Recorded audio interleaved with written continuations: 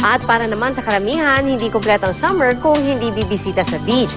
Pero kung sawa na po kayo sa pagtatampisaw at sunbathing, pwedeng subukan ng water sport na skimboarding.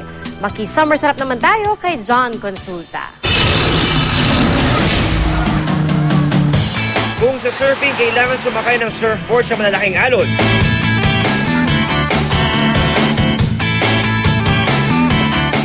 Sa skimboarding naman, sa baybayin o tabing dagat lang ito gagawin.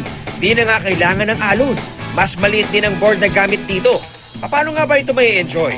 Simple lang. Sa tabing dagat, ihahagis ng skimboarder ang board sa kanyang unahan.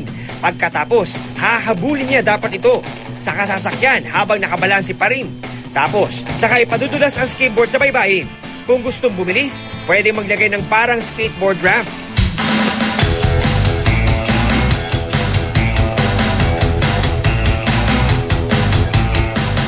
Pero syempre, di rin may iwasang malaglag.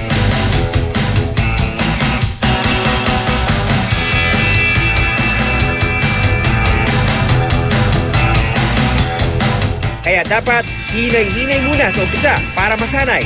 Ang mga bata dapat may adult supervision. Habang ang mga sanay na, pwedeng gumawa ng iba't ibang tricks.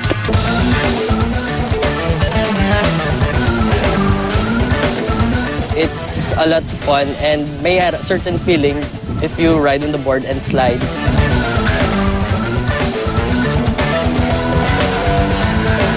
John Consulta, nakatutok, 24 oras.